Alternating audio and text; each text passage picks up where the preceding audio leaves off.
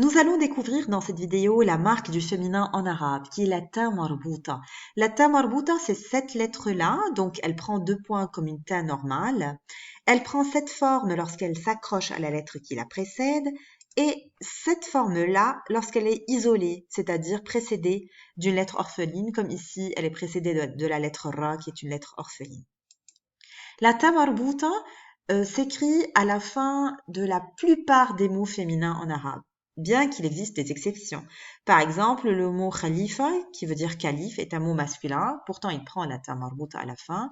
Et il y a des mots qui sont essentiellement féminins, comme le mot mère, et qui ne prennent pas de ta marbuta.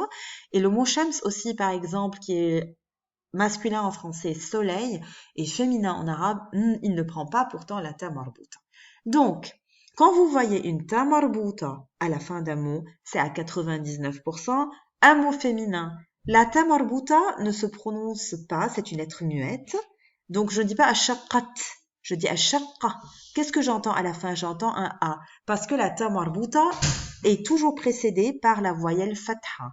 La lettre qui est avant la ta marbuta prend toujours une fatha. Ashaqqa, jamila, wa qariba, min al-jami'a. On peut comparer la ta marbuta au E muet en français. Ghurfatul istiqbal wasi'a. Donc là, j'ai 2 mots féminins, ici et ici. Le mot wasi'a, qui veut dire vaste, je ne prononce pas dans ce mot-là la ta marbuta à la fin, comme nous l'avons appris. En revanche, vous avez entendu que j'ai dit ghurfatul istiqbal. Je n'ai pas dit ghurfal istiqbal. Alors, la ta marbuta ne se prononce pas, sauf dans 2 cas. Lorsqu'elle est suivie par une annexion, c'est-à-dire lorsque j'ai un complément de nom, ghurfatul istiqbal, qui veut dire salon, littéralement se traduit par la pièce de réception. De réception, c'est un complément de nom. Donc, je ne peux pas dire ghurfa l'istiqbal, je dis ghurfatul istiqbal parce que j'ai un complément de nom. Et l'autre cas où je prononce la ta marbuta, c'est lorsqu'elle est précédée par un alif. Hayat, vie. Hayat, j'ai alif, puis ta marbuta, c'est pour ça que je dis hayat. Ghurfatul nawm kabira wal matbakh amali. Kabira, grande.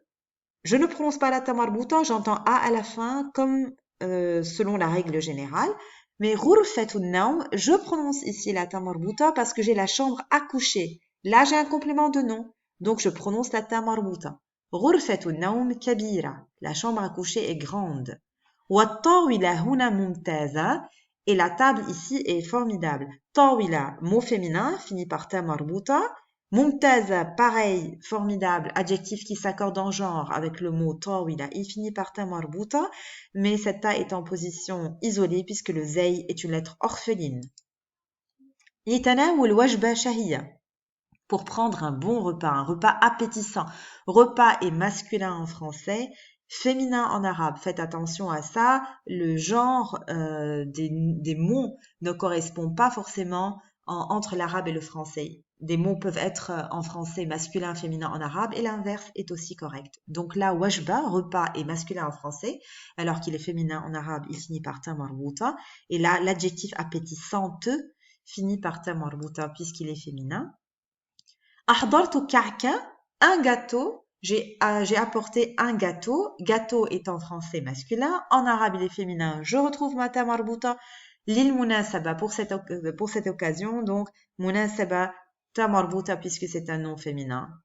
Ana masroura bi hadhihi ziyara. Je suis ravie de cette visite. Ravie prend emi en français puisque c'est un adjectif féminin. En arabe, masroura. Donc, je retrouve ma ta marbuta dans sa forme isolée. Bihadihi ziyara, de cette visite, mot féminin qui finit par ta marbuta, et nous retrouvons aussi hadihi, c'est le démonstratif au féminin singulier. Shukran ala da'wa ya Maryam, da'wa, mot féminin, finit par ta marbuta, j'entends A à la fin parce que la lettre est muette, et bien évidemment, elle est en position isolée puisque le waw est une lettre orpheline. Je récapitule donc, la marque du féminin en arabe, c'est la ta marbuta. C'est une lettre que nous allons retrouver à la fin du mot. C'est une lettre muette, sauf dans 2 cas, lorsqu'elle est précédée par un alif ou lorsqu'il y a un cas d'annexion. Et donc, c'est une lettre qui s'écrit soit dans sa forme attachée ou dans sa forme isolée lorsque la lettre qui la précède est une lettre orpheline.